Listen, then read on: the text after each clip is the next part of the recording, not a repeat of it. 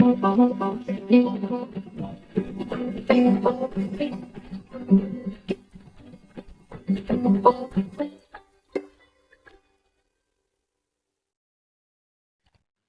বন্ধুরা, আজকে আমি বানাচ্ছি চিংড়ি মালাইকারি। এখানে নিয়েছি আমি চিংড়ি মাছ 250 গ্রাম। এখানে আমি চিংড়ি মাছটা ধুয়ে ছাড়িয়ে রেখেছি।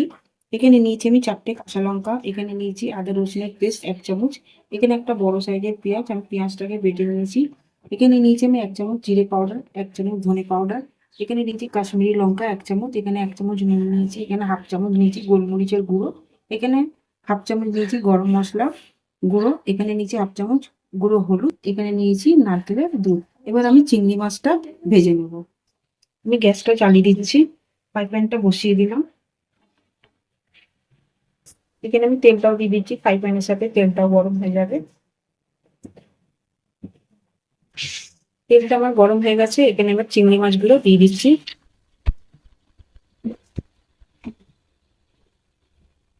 দিয়ে দিলাম একটু হলুদ,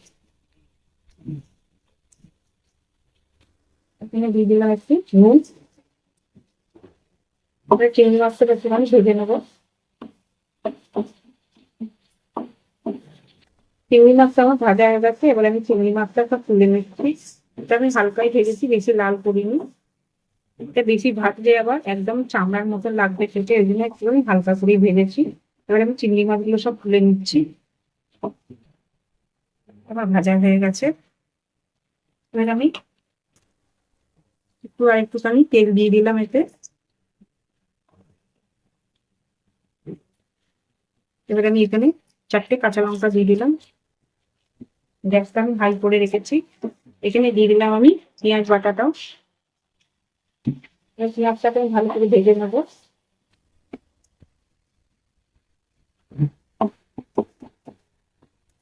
পেঁয়াজটা আমার ভাজা হয়ে গেছে। এখানে আমি দিয়ে দিলাম আদা রসুনের পেস্টটা। এখানে সব মশলাগুলো আমি অ্যাড করে নিচ্ছি।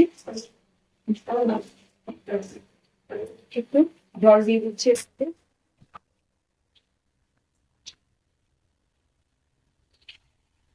এবার মশলাটাকে ভালো করে আমি কষে নেব।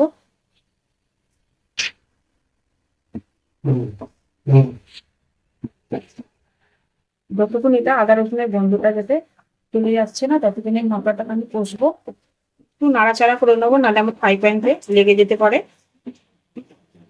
আমার মশলাটা কষেই এসছে, আর একটুখানি কষতে হবে। মশলাটা আমার কষা হয়ে গেছে, এবার এখানে আমি চিংড়ি মাছগুলো সব দিয়ে দিচ্ছি। এবার এটা ভালো করে নাড়াচাড়া করে আমি এখানে নারকেলের দুধটাও অ্যাড করে দেবো।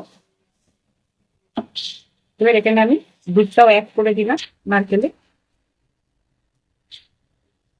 এবার এটা দিয়ে ভালো করে আমি নাড়াচাড়া করে নেবো। এবার যতক্ষণ আমার এই দুধটা শুকাচ্ছে না, ততক্ষণ এটা দিয়ে দিয়েছি। যতক্ষণ এটা আমার গাঢ় হচ্ছে না, ততক্ষণ এটাকে আমি নাড়াচাড়া করব।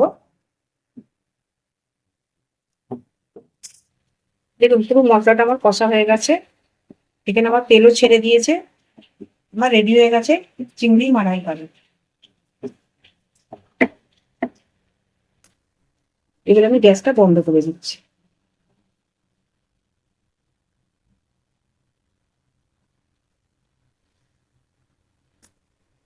রেডি হয়ে গেছে আমার চিংড়ি মালাইকারি। আপনারাও বাড়িতে রেসিপিটা ট্রাই করে দেখবেন। আমার ভিডিওটা যদি আপনাদের ভালো লাগে, লাইক করবেন, শেয়ার করবেন, সাবস্ক্রাইব করবেন। নেক্সট ভিডিওতে আবার দেখা হবে।